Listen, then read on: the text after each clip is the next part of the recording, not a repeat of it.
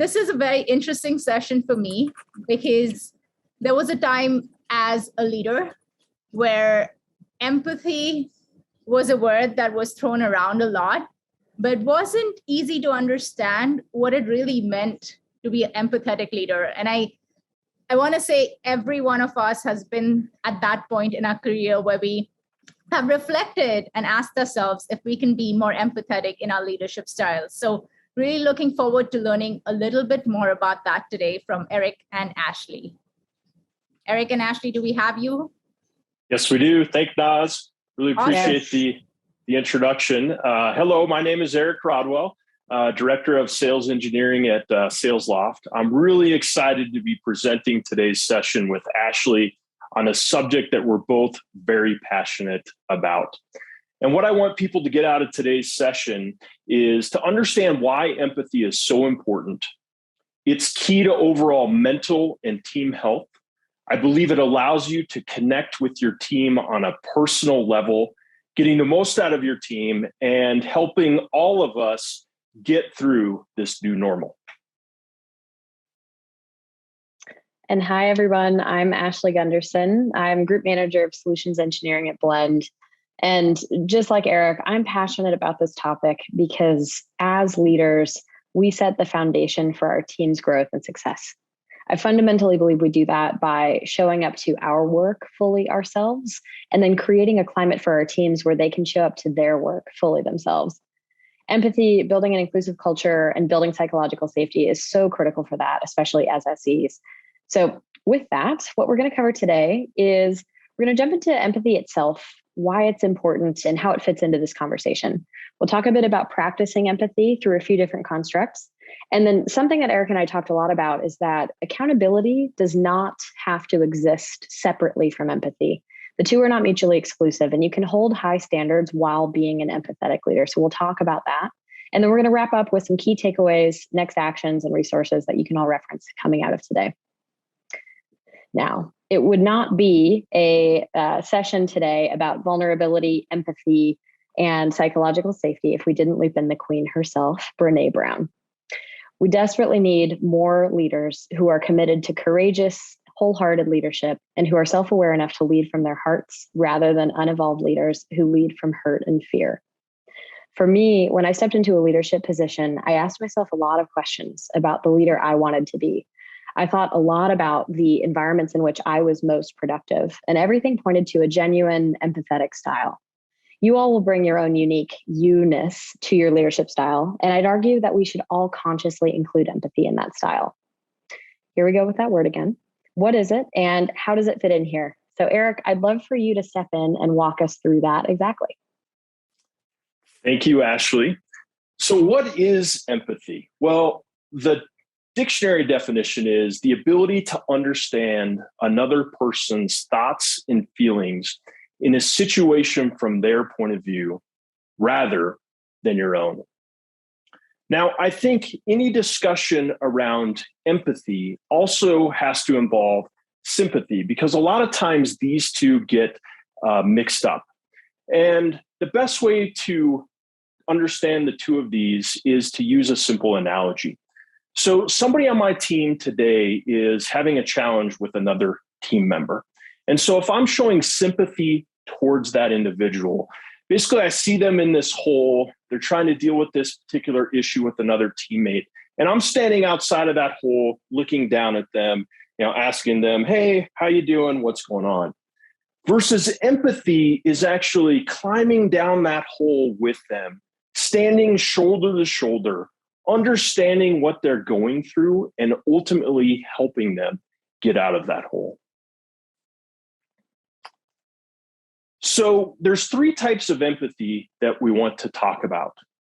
And the first is cognitive, and that is the ability to understand how the other person feels. So this is a good first step. However, we really need to connect with them on a deeper level. So the next type of empathy is emotional. And this is not only understanding how the person feels, but connecting with them physically. And then the final, and what I think is the most important part of empathy, is compassionate. And so this is not only understanding and feeling physically with that individual, but being spontaneously acting to move to help them. And so back to that example of the team member that's struggling with another team member. If I showed them cognitive empathy, I would say, hey, I understand that you're going through this challenge with another team member, right? I'm going to listen to them, but I'm not really connecting with them. So if I take that to the emotional level, I'd say, I understand that you're probably angry. Maybe you're hurt. Maybe you're upset. And, when I feel like that, I have these certain emotions that I go through. So I can understand and feel what you're going through. And then finally, if I'm compassionate with them, I'm going to understand, I'm going to feel, and then I'm going to say, is there something that I can do to help out? Maybe I can set up a meeting between the two of you to kind of work through the issues that you're going through. So really important to use that cognitive empathy when we're working with our team and going through situations. So now that we know what empathy is and the different types of empathy, why is empathy so important? We're all living in a new normal today. COVID-19 has changed how we work, how we interact, and even how we live. And it's also taken away something that I think we all seek on a day-to-day basis, and that is the notion of control. We're told to control the controllables, focus on what we can control. But when it comes to the situation and environment that we're in today, we cannot control a lot of what's going on. And it's leading to stress. Things change every single day. Here in Colorado, where I live, we're seeing yet another surge in COVID. I have no idea what's going to happen. There's been talks of locking things down, going back to indoor masking. Maybe we're going to send our kids back to remote learning and so forth. And in our professional and personal lives, we're being asked to do more with less. We're always on. We haven't set the right boundaries, whether that's at work, in our personal lives, or even with our families. And it is absolutely overwhelming. Now, I think we can all relate to one of the following situations. So if we're single, right, maybe we don't have any family around, we're sitting at home, we're very isolated. We had an individual on our team that really came into the office each and every day and used that as community and to interact with people. And overnight, that was taken away. And I think even as we move forward and have this hybrid work environment, it's going to be interesting to see how we work through that.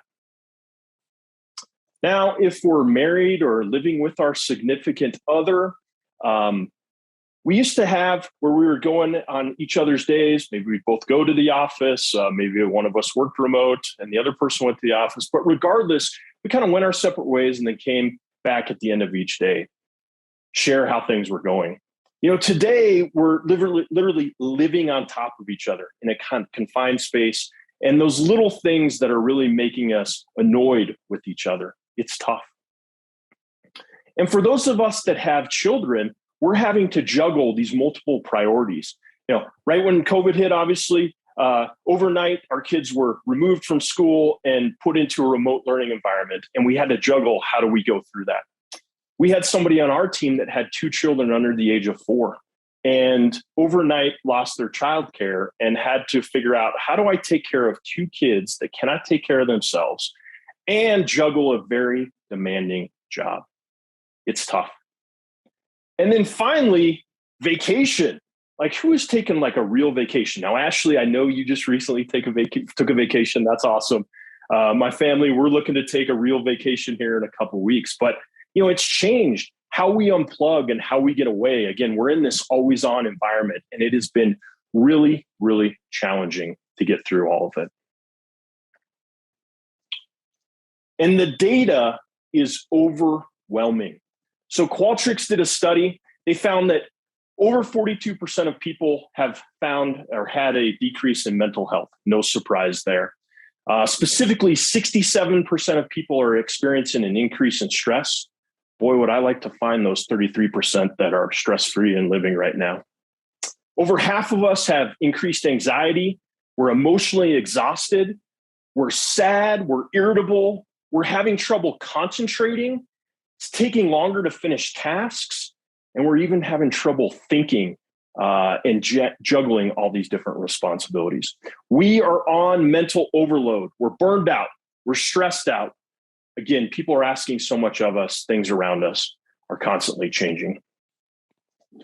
And for me, this gets into how I get a good night of rest, right? So I know that when I'm really stressed out, I have a hard time sleeping. And then it just kind of compounds day over day. I don't have a good night of sleep. I wake up the next morning. I'm irritable with my family. I'm irritable with my friends. I take that into the office, and it's a struggle. Little things now really bother me. Back before COVID, when I got that late night email or that Slack over the weekend, I was kind of like, not a big deal. But boy, now it really makes my blood boil when I get those. And again, it gets back to this stress that we're all under. And feeling like, is there ever an end in sight? I also think it's leading a lot to some of the things that we're seeing. For example, the Great Resignation. Back to that control issue that we talked about. When we don't have control over things that maybe we used to have control, we want to seek and find that control. So finding a new job, for example, that puts us in control. Feel like the grass is going to be greener on the other side. In short, there is a lot going on. So recognizing that we have all of this going on, how do we support our teams and ourselves? So I'm going to turn it back over to Ashley to share her thoughts on how we can practice empathy. Thank you, Eric. Let's talk about what you can drive as a leader. First and foremost, empathetic leaders lead by example. Share with your team your goals for leading with empathy and what you want the culture of this team to be. I encourage making these goals explicit and external with your team. Don't force people to assume. That's one of the quickest ways to get out of sync with people. You can do this by sharing in an upcoming meeting what you're focusing on as a leader and how you hope this brings change to the team.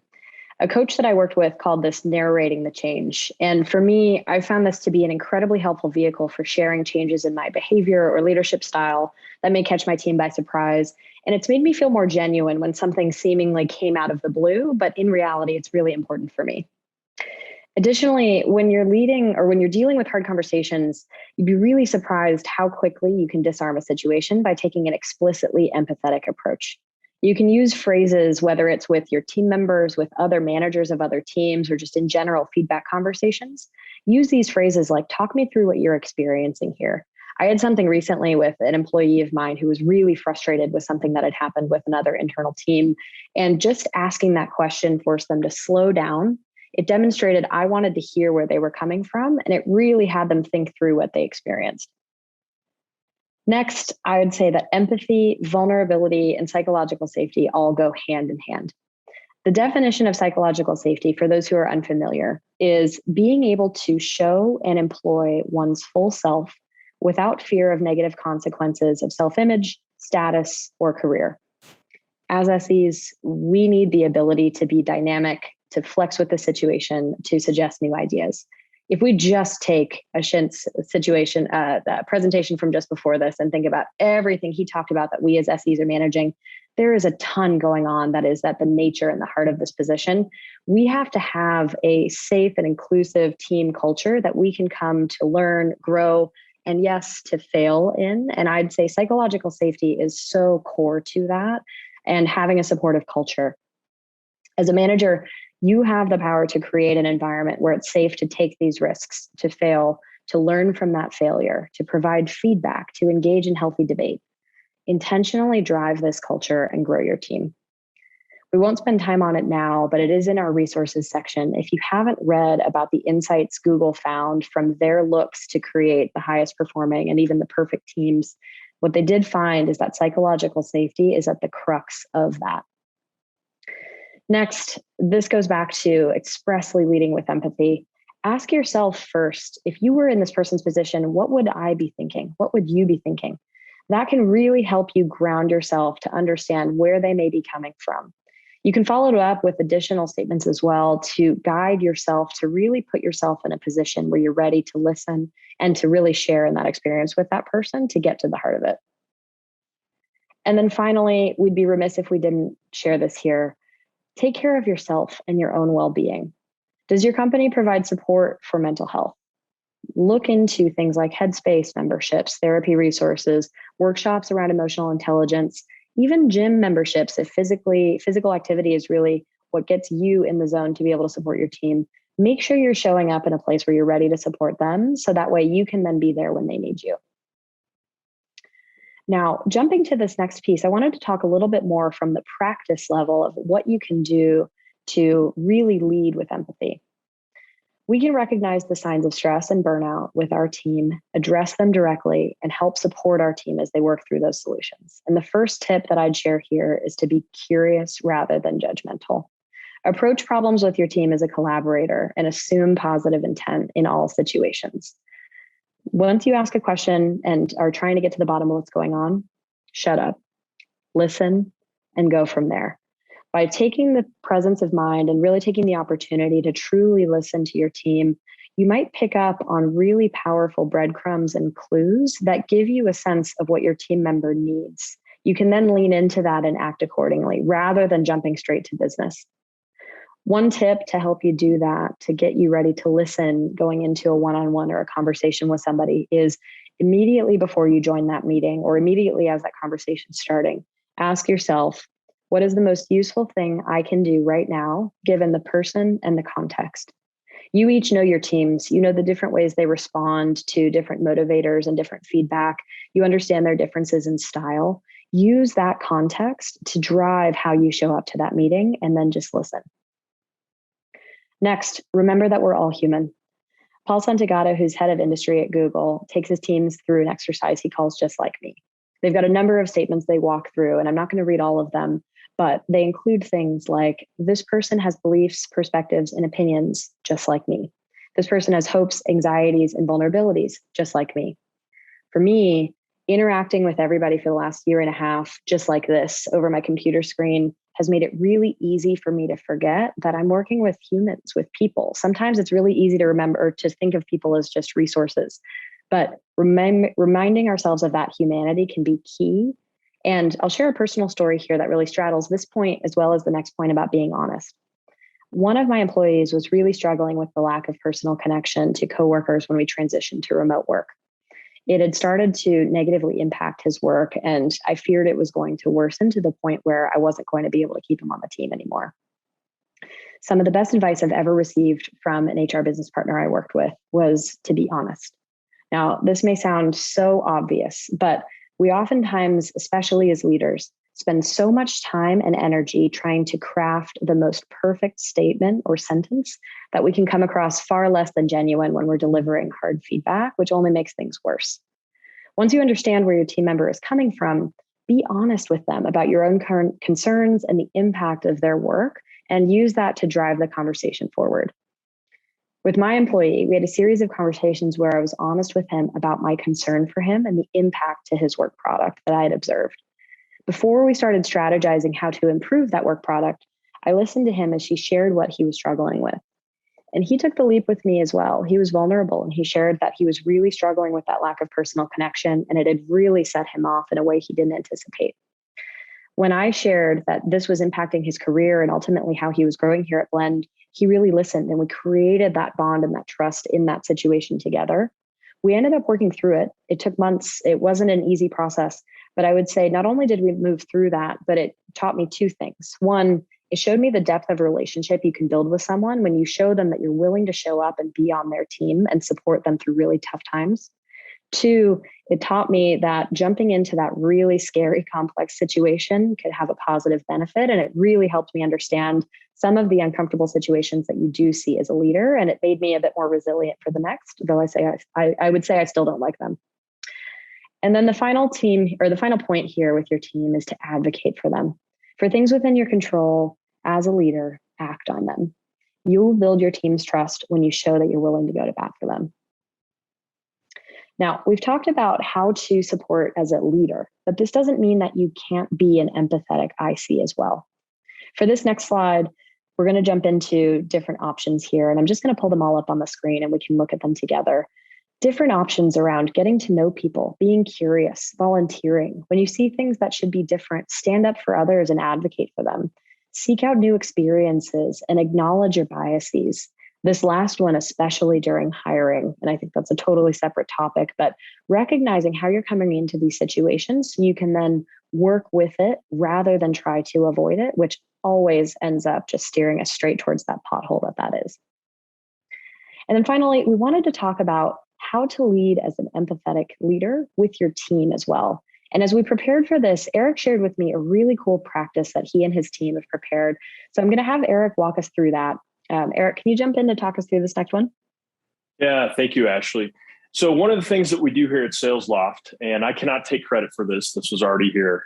So we do daily and weekly stand-ups. So nothing earth-shattering there. But one of the weekly stand-ups that we do is we use something called the MEPS framework. And so each individual, along with each leader, walks through and talks how they're doing from a mental, emotional, physical, and spiritual point of view.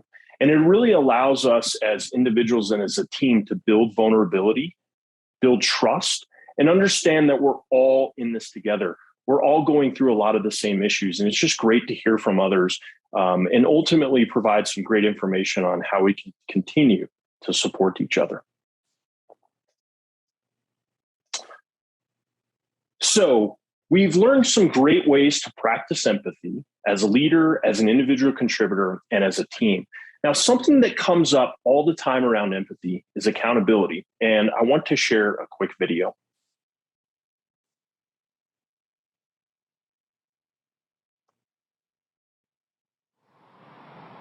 This is LA Sheriff's Deputy Elton Simmons. And I bet you don't like him already.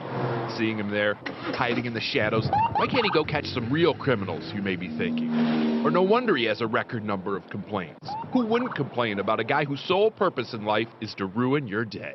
Go around the corner.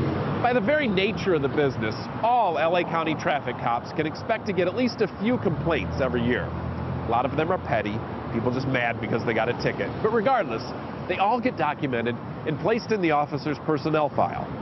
Which is why Captain Pat Maxwell was stunned when he started looking through Simmons' file. I just said that's not possible. Although he did see lots of commendations. Looking back over the last 20 years, over the last 25,000 traffic stops, Captain Maxwell couldn't find one complaint. A record. 0. I mean, Vegas or MIT could not give you the odds or the statistical probability of that. Obviously, Elton is doing something right. Yeah, it's got to be something. Do you know what it is? No. No idea. No. Until the captain told him, Elton didn't even know he had such a record, let alone how he got it. It's just how I do it every day.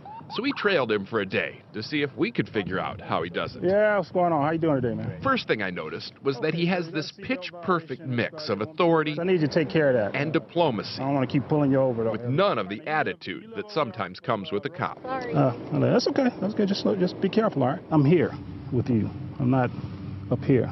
Because one thing I hate is to be looked down at. I can't stand it. So I'm not going to look down at you. That's why, in lieu of a lecture, he gives most people the benefit of the doubt. So it happens. Of course, they still get the ticket. It happens. Just not the guilt trip. And drivers seem to appreciate that. You know, it's not that bad.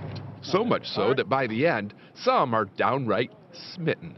You know what it is? It's a smile. Really? He's got a great smile. Really? Oh, yeah. You're giggling now. You just got a ticket. I just got a ticket. He's a nice guy. I mean, you know, how can you be mad at that guy? Apparently, you can't. Disarming. That's it, disarming. Time after time, Very kind. ticket after ticket. Never so happy to get a ticket in my life. We saw Officer Elton Simmons melt away a polar ice cap of preconceptions.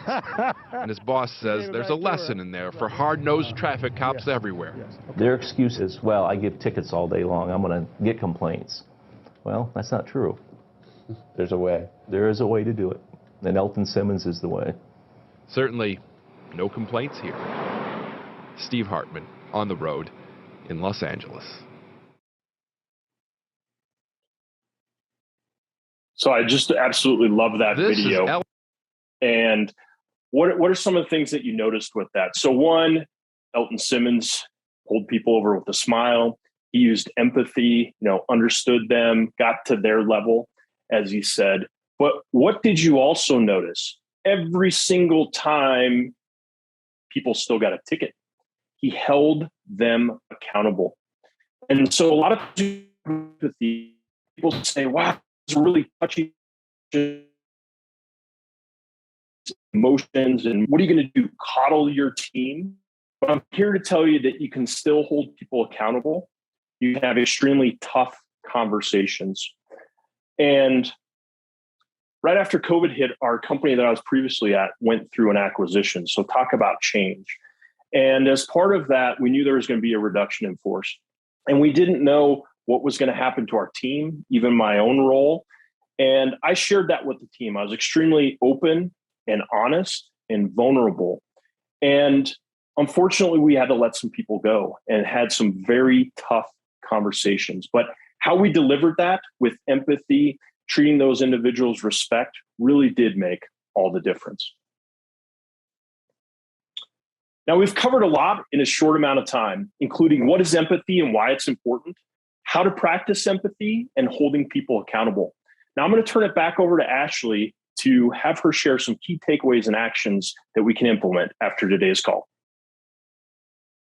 Thanks, Eric. I love that video. I've seen it a number of times as we prep for this now, and it makes me happy each time. And it's such a good reminder for us. So we wanted to end first here with key takeaways. First, you can only show up as an empathetic leader if you create boundaries and goals for yourself and then model that behavior for your team. You can practice empathy and have high standards for performance together. Those two things do work together, and I encourage you to leave this session thinking the same. And then the last point here that I definitely want to underscore as the takeaway is that we're all in this together. We're all balancing a ton of things. Know that you're not the only person wading through these challenges. And I love talking about this stuff. I would happily engage if anybody wants to connect separately and use the PSC community. I'm absolutely available as a resource, and I know Eric is as well. In addition to takeaways, though, we wanted to share some next actions that I challenge you to try at least one of today. We wrote these in a way so you can use them as soon as you drop off this Zoom meeting before your next or in your next one-on-one. So the first is check in with yourself right before your next one-on-one starts. Put yourself in the right space to receive whatever it is your team member wants to cover. So before you click to launch that Zoom meeting, ask yourself, what is the most useful thing I can do right now, given the person and the context, and then act accordingly. Remember, start by listening and then acting accordingly. Then, once you're actually in the one-on-one, start with a check-in. Be intentional about it. I actually changed how I introduced my check-ins from, I usually started a one-on-one asking, how's it going? How are you doing today? And I started asking, how are you coming in today? Some of my team started and answered that question differently right away. Others didn't notice the change, and they would just jump straight in and say, you know what, I wanted to jump in, and can you help me walk through this issue? For those instances, for the people who didn't notice, I started by saying, you know what, I'm coming in a little bit stressed. I'm just getting back from vacation and my head's spinning a little bit. There's a lot of stuff I need to catch up on. I'm just kind of trying to get my head around things today. And I noticed people would kind of take a step back and say, you know what, how I'm coming in today is I had 3 back-to-back demos. It was really slammed today. I might need a couple minutes to collect myself. Show them and encourage them how they're allowed to show up. And then the final piece here is when your employee starts talking, stop and truly listen. Remember to be curious, not judgmental. Listen for those cues that may indicate a different type of support than you were planning to provide, and then follow the breadcrumbs. And finally here, we wanted to wrap with one more quote that we both found really to inspire the nature of this message, and one that truly speaks to me as a leader. People will forget what you said. They will forget what you did, but they will never forget how you made them feel. You have the ability to impact your team's careers while they're on your team. Show up for them and create an environment that makes this the best team they've ever worked for. Now, before we hand it off to the next session, we're just going to flash this really quick. We'll share this out after the fact, but here are some resources that Eric and I have consulted, both as we prepared for this, as well as just to be found to be generally really impactful. I would definitely recommend reading. It is a long read, but the second bullet point under the article section, the Google study, is just a fascinating insight into how to build high-performing teams with that psychological safety and empathy.